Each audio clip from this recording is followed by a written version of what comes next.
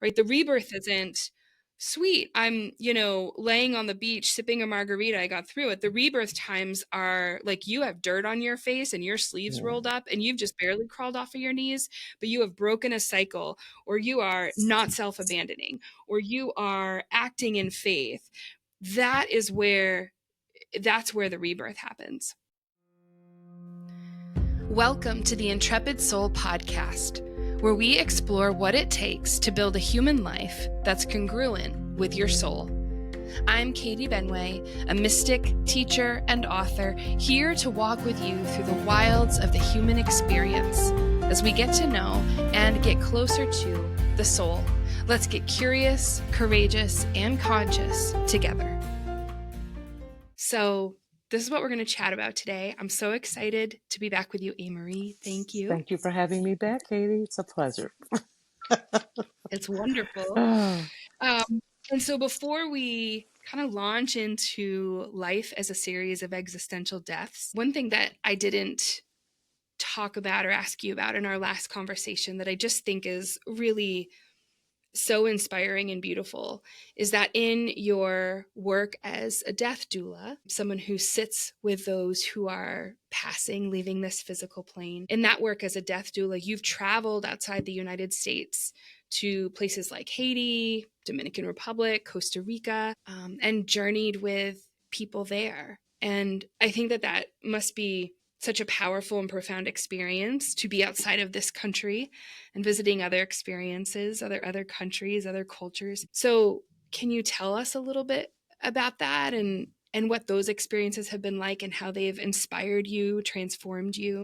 Katie, some of those experiences have been some of the most self-transforming experiences for me, to be welcomed into a country that's not my native country, to be received as family, to be welcomed as a sister, and as a confidant even. And so to go to other countries and then to have those relationships extend and continue on when I return to the United States, and then to be called upon when family members transition, to be asked to walk alongside and to be seen as a presence, even though I'm not physically there, and to be able to, I can remember one where the person who was transitioning there, even when I think about them, it brings tears to my soul. Such a beautiful person. And even though they didn't speak English and I didn't speak Spanish fluently, there was this kinship between us that I wanted this person to know how much they meant to me. And I remember writing the words in English and translating them to Spanish, and very brokenly, but reading this to this person in Spanish the day that they transitioned. And so to have them hear me speak to them in their native language from my heart and what they meant to me, and to know that carried on with them is just beyond words. And so it changed me in a way. We know that there's a language that the heart speaks that is beyond physical language, right? And so to still be in relationship with the family, and still, even today, I could go to Costa Rica today and be welcomed in like a family member that's come to visit. And so I changed so many times since that time, and yet I'm still received as who I am, the essence of who I am.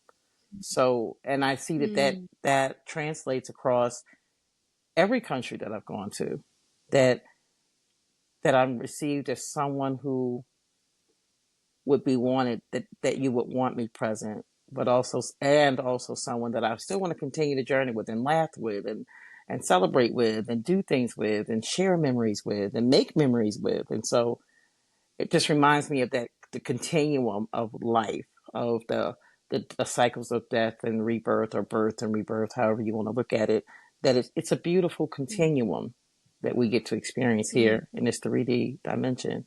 And traveling to those countries just reminds me that everything is all connected, that we're all connected, even in the cycles of death and rebirth, or birth, and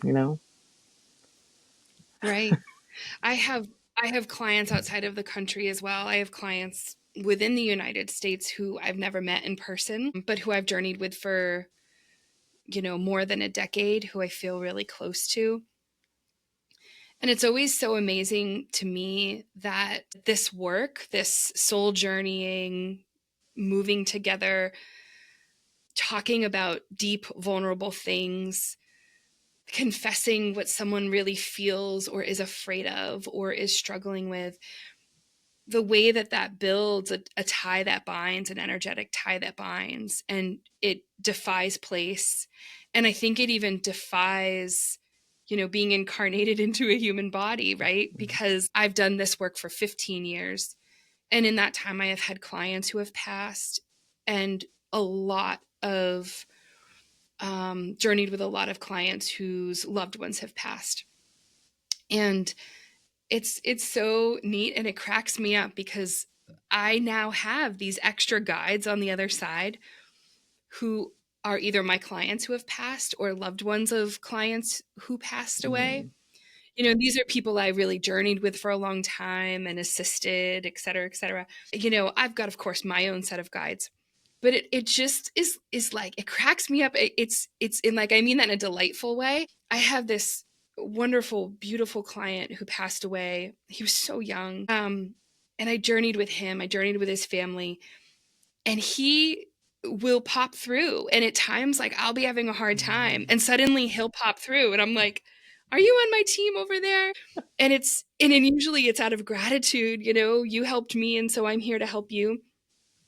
It's been sort of this outcome of doing this job, so to speak, that I never asked for and I didn't expect. It's Mm-hmm. like to have these accidental guides on my team because I've been alongside them is such an honor, and it's so delightful.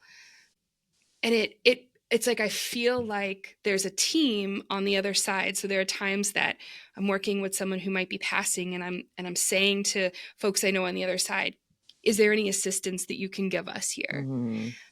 And it's just such an extraordinary thought, and it feels so true and right to me that what what connects us is the intention of wanting to lovingly assist someone in the experience of death. Mm-hmm. Like, that's it. That's just Yeah. the tie that binds. Yeah. Mhm. Even to your Mhm. point where you said about even in the United States here, like so many people that I'm connected with in this work that I've never physically met, but to be able to, it's almost like we're like the only thing we haven't done is physically met because we shared such deep, intimate parts of ourselves that we can't be closer than we already are. Like meeting someone in person would just be putting a face on what we already know. And even as you were sitting here Mhm. sharing about having clients cross over or having guides that are with us, that are personal guides, and those that have crossed over, it's like it gives it a different context for me. Even dealing with someone, those guides are present. Like you know what I mean? Like they're present Right. with the person that I'm working with, as well as the person who's transitioning. That there's so many present there to help that it's Mm. I don't know. I just see it. I don't know. But when you said that, it just gave me this kind of epiphany moment, and I'm just like, wow, there's a Right. lot of assistance going on here that you Yes. don't. I Yes. don't. I know. I don't always think about that. I'm so with the breath, but there's so much assistance present for that transition. So much. That's Wow. I forget which chapter it is in my book, but when I wrote my book, I was so compelled to write about this that, and I'm almost positive the chapter's called Divine Guidance is Your Birthright, because it is. And the assistance and the help that's there, and what I love about it is like when you're working with the spirit, whether that's on the other side or here embodied, incarnated, it has this beautiful way of distilling. And Mm-hmm. what goes away is the human junk that separates us, really. And, when people say, like, oh, grandma's angry and rolling over in her grave, I'm like, no. I mean, unless she's like a real outlier, souls aren't angry. you know, they're not angry. They're not holding grudges. That's like a human thing. Mm, Humans hold grudges, right? yeah.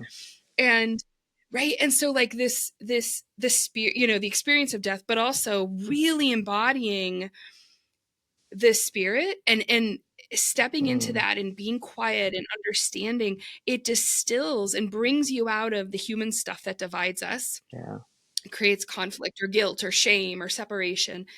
And it allows us to come together in a really honest way. yeah, And we have these shared values, right? yeah, Around wanting to peacefully and lovingly make our way through our lives and our deaths. yeah. And I find that really inspiring. And I think I'm lucky because for 15 years I've done this work, but I feel, I don't know, like lucky, I guess I'll keep saying, because it's boosted my own evolution. Like Mm, the way that it has accelerated me, I haven't just learned my lessons, I have been witness to other people's because they let me in. And so I feel so fortunate that my view about what life is about and what really matters has been cultivated on the front lines and journeying with people. And I feel really fortunate that I got to learn it. that's that self transformation that I was talking about. That in by being a part of others' journeys here and to the other Mhm. side, it's like there's this this catapulting that I feel I have received in my as a soul. That Yes. it's that's kind of like giving me like a cheat sheet, if you will, like to you know Hmm. what I mean. So it's like I've been Yes. pushed to the front of the line in a way that Right. I didn't ask for that. It's just that it's the way it is, to your point. Like, so that's that Yes. self transformation that I so am grateful for. It's just Yeah. like you said, I didn't ask for it, but it's just to have things unfold the way they do. And it seems like with each engagement, there's a little bit more that unfolds. There's a little bit more that dies. There's a little bit more surrender and acceptance in myself. So it's like it's Mm. almost like I'm journeying with myself with others. It as they're Yes. journeying with their self. You know what I mean? It's like it's Yes. very Yeah. personal. It's very up close, and I'm changed every time. Every time. Hmm. You Yes. know, Oh, for the absolutely. better. One of yeah, one of my favorite prayers, and I'll say this far and wide and no attribution necessary, anyone, you can take it and run with it and use it. But one of my favorite prayers is allow this to change me the way it is meant to. And I came up with that as the result of working with so many people through trauma and tragedy and setbacks and things they were expecting and things they weren't expecting. And the anger and the indignance and why me, coming through all of that stuff. Yeah. And i and and especially when I'm up against something that's hard or doesn't make sense to me, or in my human brain I think I don't deserve this, Yeah. I deserve something different or better. Okay, allow this to change me the way it's meant to change me, because Mm, I know deeply that there is a reason for everything. yes. Hmm. Yeah. So let's talk about that. I'd love to talk about the lessons we've learned about life being a series of deaths and rebirths, about the way that you and I know, especially, that every single human will die many deaths in their lifetimes, and what we've learned from that and how we've embodied that in our own lives. That's a big topic. That's a series of questions, but Something came to me when I the accepting that is so paramount to rebirthing, mm, the accepting as is, yeah. like just allowing it to be as it is without needing to fix it or change it Mm, or control it, like just accepting it, like and accepting it. I can remember my daughter was going through something very trying, and I come from a place of, well, what do we need to do? Let's do it and get it done. And I would that was my former way of thinking, but I was in this place of transitioning into the accepting and allowing things to be as is. So she kind of got caught in the midst of that. And so the Mm, advice I would have given her was not the advice that I gave her. I said, just let it happen. And I remember the mm, look on her face when I said that to her, like, who is this person? Where's mm. my mother? That, and I mean, I heard myself say it to her, but it was so, I was fixed in my heart that this was the only way that this was going to be fixed is by letting it happen. She goes, Mom, did you hear what I just said? I heard you, but just, why don't you just let it happen? And it was almost like the kind of thing where if I don't do this thing will happen. And the thing that would happen was very detrimental. And I said to her well-being, and I said, why don't you just let it happen? And Mm, as a human, as a mother, it just it was very undoing for me. It was a death to the mother I'd been. yeah, right. And I even had to accept the way she was looking at me, the way she was receiving me. It was like I had to Yes. allow that to be without Mm, explaining, well, I used to, I'm in a place now. None of that happened in that moment. So I could see that it was a death. But the person that right. she had come to know and I had come to be was no more. Just in saying, Mm, just let it happen. When I'm just like, no, what do we need to do? Well, we need to call this one and blah, blah, blah. And I'm like, just let it happen. And it right. was like this still moment where it was like, this is uncharted territory. And Mm-hmm. I had such peace though, Katie. Like it was just that exchange with her has found me in other exchanges where I'm changing, where I could feel myself changing into something more and Yes. allowing what Yes. was to be without, you used to do this. I agree, like to agree with it, accept it and agree with it. And Mm-hmm.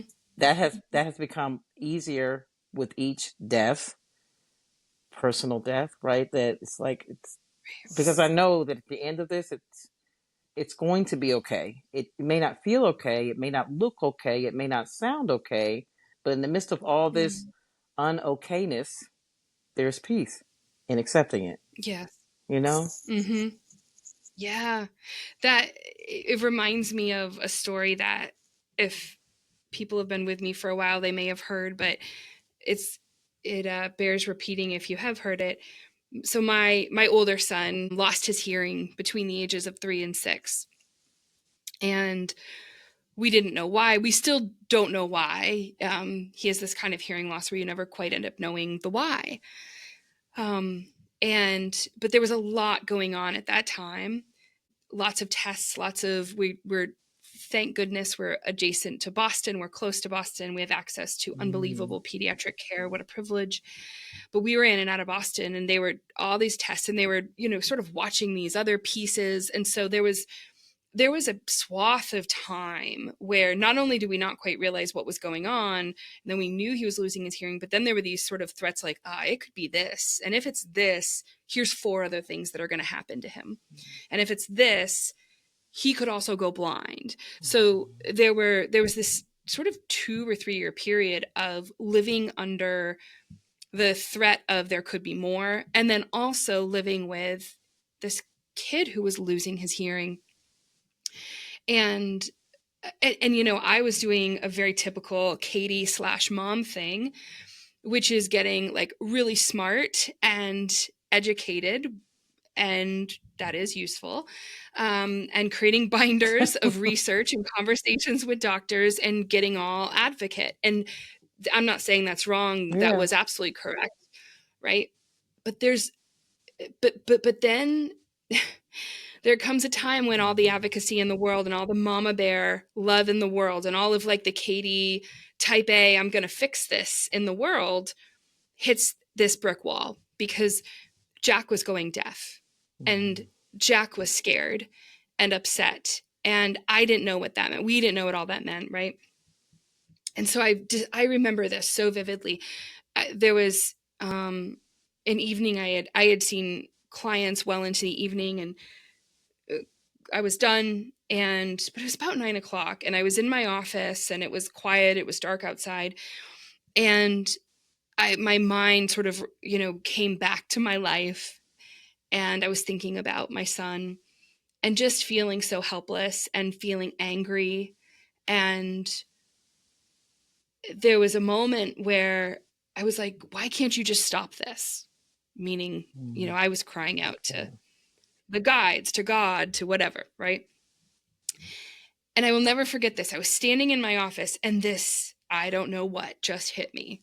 Like, you know better, Katie, Mm. right? So for like the previous 4 hours, I had been in working with human beings, being a mystic and a guide and a spiritual, all the things. And then I came out of that and dropped back into human, fiery, it's not fair, Katie. And there was this thing that hit me, right? And the message was, you've got to be in a spiritual place about this. And I remember being on my feet, and I was alone in the building, and I said out loud, okay, then tell me what to do. And they showed me some of my son's past lifetimes. And it became very clear to me Mm. that part of his experience in this lifetime of losing his hearing and becoming deaf was about past life stuff, was about karmic stuff, Mm. and it was a journey that his soul had agreed to take in this lifetime. It also was shown to me that part of that journey is to ultimately become someone who gives back to other people. There are things he's meant to do because he goes through this. And some of that is related to past life karmic stuff. Mm. And I'm standing there, and I'm in the dark, and I'm talking out loud, and I start crying, and I realize I have been fighting in a very valiant, righteous, true fight. I'm a mom, and my kid is suffering, and God, I'm scared. Um, but I've been fighting this, and I moved in that moment very spontaneously into acceptance. And the second I moved into acceptance, this prayer came out of my mouth, which was, allow me to be the mother that he chose me to be. Allow me to be the mother that his soul needs me to be, so that he can become who he's supposed to become in this lifetime, complete his karmic journey, complete his evolution, trajectory or few next steps, right? Like, he chose me. His soul chose Yeah. me to be his mother. Let me be that. And I can only be that if I accept what is. My child is going deaf. He is going to be deaf. There may be other things that happen to him. I am scared. And also, we have an agreement. And so let me become the soul mother that he needs. And I'll tell you, that Mm. whole, I don't know, ritual ceremony baptism that happened that night, it's like I changed, and I stopped fighting reality, and I became a different kind of person in this. And it was so helpful for me. I think it was so helpful for Jack, and it was so helpful certainly for the amount of suffering I was bringing on myself and not accepting. Yeah. Listening to you share that, Katie, you can see the full circleness of all of it. That it was Mm. necessary for you to cry out, why can't you fix this?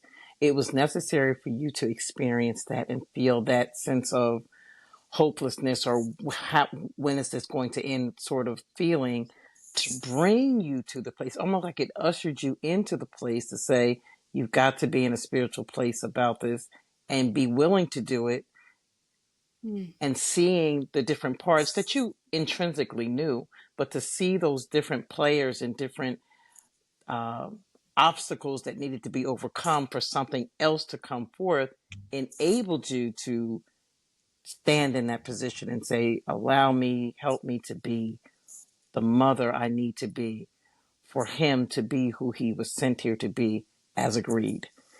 Mm. But your coming Yes. to that place, though, was a part of that too, though. It wasn't separate from that. To me, it was almost like an Right. initiation, a preparation into um, the ritual of becoming the mother, being the mother, serving him. You know what I Yes. mean? Like, I see Yes. that as that was very necessary. To me, it was Yes. almost like the pep rally before we actually get into the game. You know what I mean? Yeah. Yeah. Right, the surrender, acceptance, and release, and I yeah, I mean, I think that this is one of the things that each of us know and learn in working with other human beings. And I think so much we talk about and focus on like the hard work and the courage and the learn the lesson, right? Like sort of the gritty action part of this whole, Yeah. algorithm. Yeah. But the surrender, the acceptance, the release, those are really hard parts. They require patience and endurance. You will be brought to your knees. I mean, I have, every single person listening to this has been brought to their knees many times over, Yes.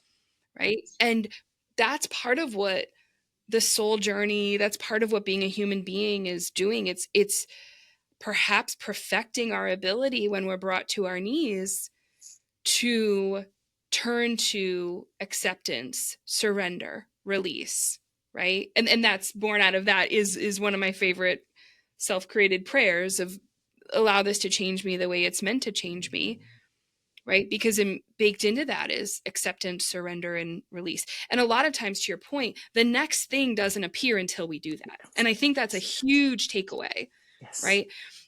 And it's I want to make a note about this because I there's a way that the universe, God, the unseen world, will call you on your bullshit if you're not actually really surrendering, Oh right? So yes. if you're doing like sort of false surrender, like, okay, it's in your hands. No, I mean like, I am willing to lose the thing I want the most. I am Yes. willing to lose it all. I am willing whatever, right? I have nothing more. I'm on my knees. We're talking that level of surrender. Yes. But that level of surrender, again, to your point, it catalyzes, initiates something that's alchemical, Mm. right? Like the greater than the sum of its parts. It initiates the next step, Yes. the next evolution, the next level of consciousness. And you may not know right away, right? Because part of that endurance is like, I surrender and I'm on my knees. Yeah. And then there might be a period of time where it's crickets. That cricket journey though, it can be so unnerving. Like Yes. I can remember the cricket journey. Like I can remember the silent periods just being so like the silence being so deafening. And Mm, even in that, it's a still another surrender. It's surrendering to the silence. yeah. That is hard, Katie. It is so challenging when you're looking for an answer, when you're needing some direction and no direction is coming, no nudge of any sort, and it's just silent. And Mm, for me, it was surrendering into even that, that hmm. I found such peace that things began to start, the visions began to start Mm, again. You know, the nudges came, the idea came. But it was like when I have found that when it gets still like that, oh, I'm going all the way with the still. I am not, when yeah. I feel it get still, I stop immediately. Where before it would be like, what's Mm, this? Let me try this. And it's like, well, when you get done with all that, you're still going to need to come right here because yeah. that cricket is an initiation too. I Mm, see that now. It's an initiation hmm. if you can allow that to be, because even in the not allowing, you still end up like you say, you can't avoid it. This is a stage you cannot avoid. It's a Hmm. death. It's an ending and a Yes. beginning. Yeah. Right.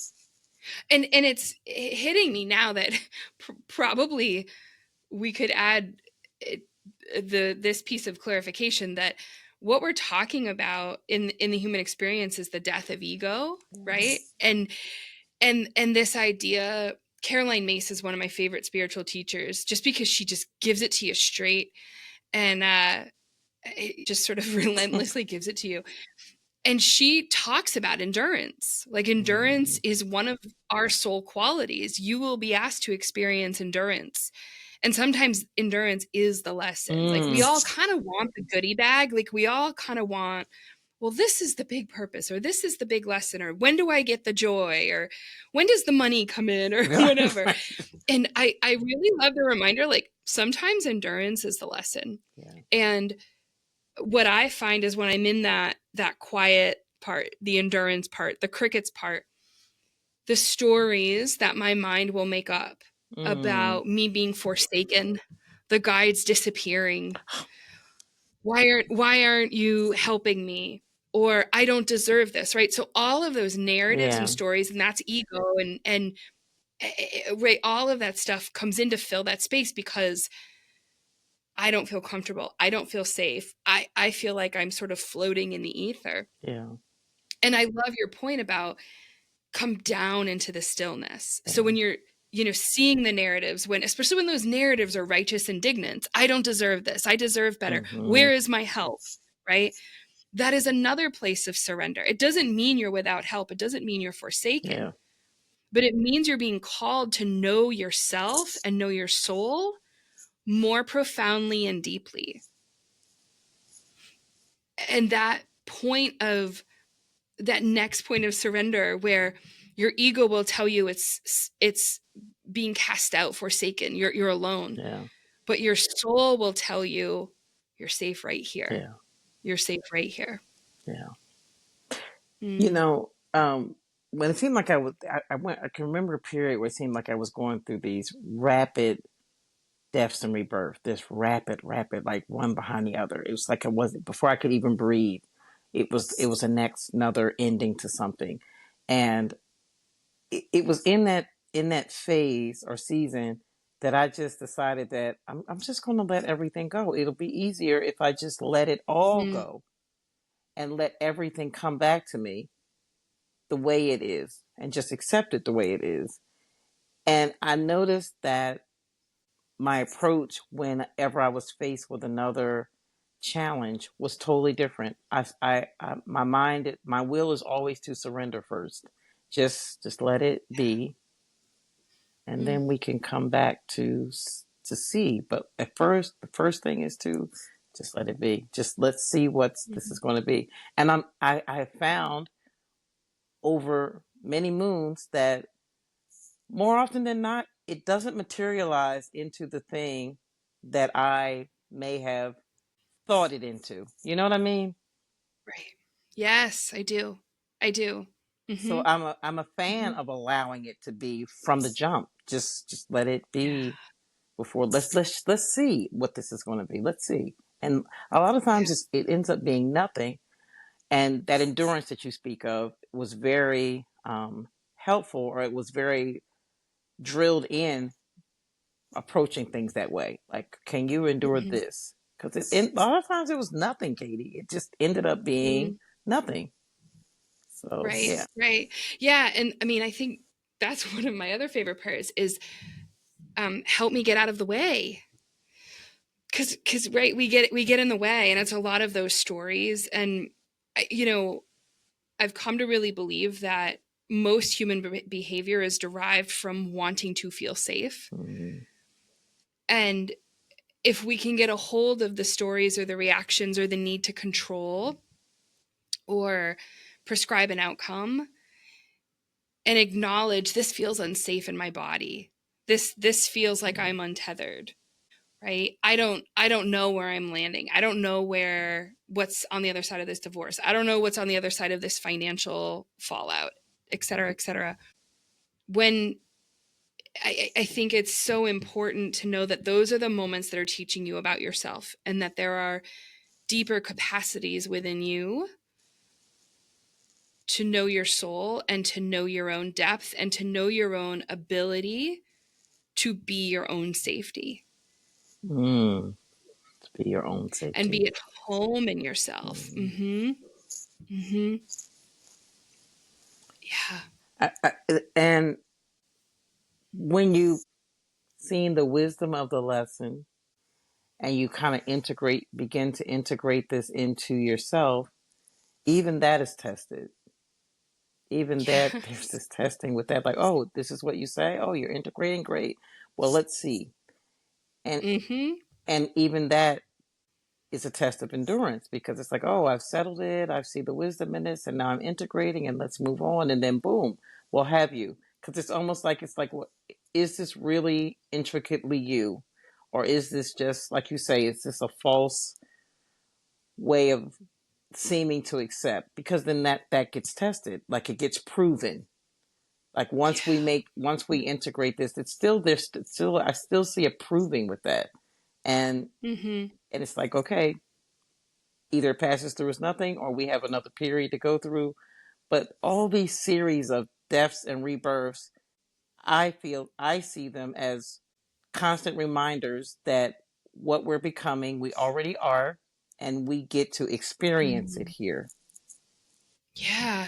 Right.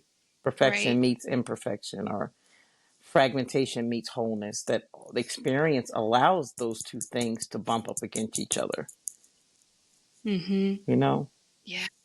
Absolutely. Yeah. And in that way, it reminds me that this journey is about a coming home, right? We think about death as a returning home, but part of the deaths in our own lives, you know, while we're alive, is about returning home to ourselves and knowing the depths of ourselves and knowing our own capacity, right? This is what these things are trying to tell us. And to your point too, you know, I wanna bring this piece up, and this idea that when you're moving through times like this, moving through transformation, you will arrive at a middle where you know you're not the person you used to be, where they couldn't pay you enough money to make you go back there. Like you don't want to go back. You're not that person. But then you pause and look ahead and it's still unclear. You're not quite sure how this turns out, what you become, what your life looks like, right? And so there's this middle space where you know you can't go back, but you're not quite sure exactly what you're moving toward or what it looks like, but you know you've got to put one foot in front of the other. To reference her again, my Caroline Mace, one of my favorite spiritual teachers, she calls this spot spiritual madness, where you know you can't go back, but you can't quite see where you're Mm-hmm. going, right? And then there's this sort of like faith filled testing, one foot in front of the other, you know, foggy, dark, however you want to talk about it. And I think that's some of where what you're talking about happens, where there is an integration, right? So I think to be clear, integration we're talking about is where you take the spiritual lesson you've learned kind of in your head or in your experience or outside of you, and you bring it inside of you. You allow it to start to change you. And then I think the next phase is the embodiment, and I think that's also the test you're talking about, where okay, so you're changed, or you're sort of, you know, there's the bubbling of change happening. So can you act like it, Mm-hmm. right? Like the soul is always going to ask you, can you act like it? And a lot of times the acting like it is, I know those things I've walked away from are not for me. I've let them die, I've let them go. The call of the familiar no longer feels as comforting, but oh my gosh, in this moment, maybe it does. I don't, you know, maybe I backslide, right? But the embodiment part, the can you act like it, is this couple of steps forward toward transformation, toward a rebuilding that may feel daunting and unclear and completely overwhelming. And in there, you learn, you know, not only what you need to build, but you learn about your own capacity, your own characteristics, your own inner tools, your own inner well that you have to bring to that building that perhaps you have never met before, encountered before, harnessed before in yourself, right? And so it's kind of spontaneous. Like sometimes it's, I'm going to keep going. I'm really scared, or I'm really despondent, or it looks like my whole life has been leveled and I'm going to keep going. And then you're confronted, invited. Sometimes it feels like being confronted, invited to, with, and to be a new version of yourself, build something new, act a different way. And gosh, those are such potent times. And I want people listening to know those are the rebirth times, Yeah. right? The rebirth isn't sweet, I'm, laying on the beach sipping a margarita, I got through it. The rebirth times are like you have dirt on your face and your sleeves Yeah. rolled up and you've just barely crawled off of your knees, but you have broken a cycle, or you are not self-abandoning, or you are acting in faith. That is where that's where the rebirth Yes. happens. Yes. I remember Mhm. when I took an oath of celibacy. I've been celibate now for over 20 years. But I remember initially, the first 4 years, I kind of had a hiccup. And I Mm. remember um, just feeling so hurt. I felt like this oath I had taken was, it was about me wanting to harness my energy and experience my creative energy in a different way, right? And so Mm. this is something I wanted to do. I didn't do it because of a bad relationship or anything. It was something I wanted to do. And so then re-encountering a person that I felt a very strong attraction to and engaging Mm. them physically, it was almost like, what have I done? I felt like I was a virgin all over again, and then I had broke Yeah. something. I mean, I was Right. devastated, Katie. Mm. But that I was so devastated that I never was interested again. Like, even when it was presented to me, Mm. the desire wasn't there because of that devastation. That fall was so great for me that it Yeah. wasn't worth that. Mm. Right. And so Right. I don't look at it as a shameful thing. I look at it as, I'm glad I had that experience after I had integrated this, so to say, into my being. And now here's this person who I feel this attraction to, but it's affecting me differently because I've changed. Not that Mm. it wasn't good, not that I didn't have to, but Right. I had changed and I saw it differently. And so I'm grateful to Yes. have had that. And then I was like, okay, now we can go on from here. With, Right. you know? Well, and it clarified, it sounds like, for you what you wanted, because obviously there was a moment where you could have set down, Mm-hmm. wow, I'm inspired, or the vow of celibacy, that chapter is over, I set that down, right? But it clarified Mm-hmm. for you, no, this is what I Yes. want, and I can recommit and start again and Yes. love myself and keep going. Yes. Yes. Yeah, Yes. yeah, Yes. yeah. So these deaths and rebirths are very monumental in and pivotal in some ways in redirecting us or directing us on this journey home within to ourselves that we're on. So That's right. it's all necessary. It's all helpful. None of it's Hmm. wasted. Where we get into this place where I wish I hadn't done that. Well, we did, and what did we learn from it?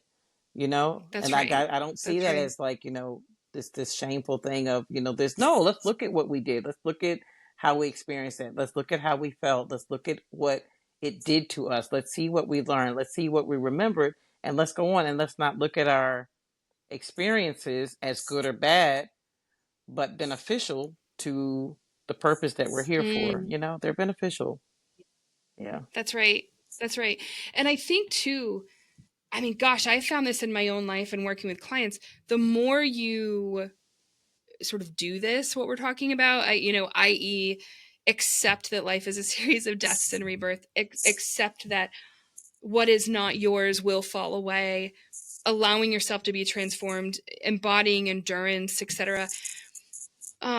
It does get easier. I think the more you do it and sort of like work the program, so to speak, it becomes, quote, easier. I don't mean the events that Bigger trigger than all of this no. are easy, but I will say from experience, my ability when I'm in that spiritual madness place, like I can't go back, but I'm not quite sure where I'm going. My stamina in that moment, Yeah. my emotional and spiritual stamina, my ability to not abandon myself, my ability to not tell myself stories about how I am forsaken, right? Like that has grown, my flexibility, my resilience. Yes. And in that way, it becomes quote unquote easier. I don't know, maybe that's not the word I want. There's less existential suffering that I bring upon myself, maybe. And I've gotten more curious and delighted about, whoa, this thing is being stripped away. or I'm becoming a new version of myself, that old version of me is done and gone. I don't know yet fully who the next me is, but I am here for it. Yeah. And I'm so glad at this point in my life to have built some of that stamina to know that there's something to be excited about Yeah. when I feel I've gone through an existential death. There's something on the other side that is going to feel more grounding, more capacity building, more authentic, more dialed in, more easeful, Yeah. Yeah. even if I've just been through something harrowing. Yes. Mm. Mm. Yeah. That's good, Katie. This is so good. Thank you for Uh, talking this through today. I think this is just such a great conversation. For those of you listening, we have created a little Q&A form, and we will provide the link to that. And so if you have questions for Amory and I, born out of this conversation, or things you want to share, Amory and I will be coming together to have more conversations, and we're happy to answer questions. yes. And so if you want our advice or thoughts, or you want us to weigh in on something, feel free to write in and share, and we would love to get interactive with you. Absolutely. But thank you so much, Amory. Thank you so much for being here. Thank you, Katie. And Thank you for being. oh, likewise, my friend. And until next time, I think there will be many next time. Yes. Okay. Goodbye, everybody. Goodbye. Thanks so much for being with me for this week's episode. So I've been wanting to try something new. I wanted to create a Q&A episode because what I would love is if you write in with your questions and I, along with my guests, can answer them for you. So Amory and I took a stab at this and did our first ever Q&A episode. We received a wonderful inquiry from a member of the Intrepid Soul Collective, and Amory and I answered her question. So I invite you to go check that out. That's over at the Intrepid Soul Collective, and I hope that this is the beginning of something that we do frequently. If you would like to ask a question or share something that you're struggling with or trying to get clarity about, and you want me and my guests to weigh in, you can email me over at info@intrepid11.com, and maybe we'll feature you on one of our Q&A episodes. I hope you enjoy. Thank you for joining me here on the Intrepid Soul podcast. If you'd like to continue the conversation and the work of your soul, join me over on Patreon at the Intrepid Soul Collective. There you'll find tons of resources and support connected to the conversations we have here to help you make your soul work practical and embodied. There are live sessions with me, bonus Q&As where you can go deeper with me and my guests, companion guided meditations and ceremonies, and so much more. Because we can't just talk about it, we've got to become it. Check out the show notes for details and links, and hit follow on this podcast. It'll keep new episodes at the top of your feed, and it helps me build the Intrepid Soul community. Until next time, take good care of yourself and your soul.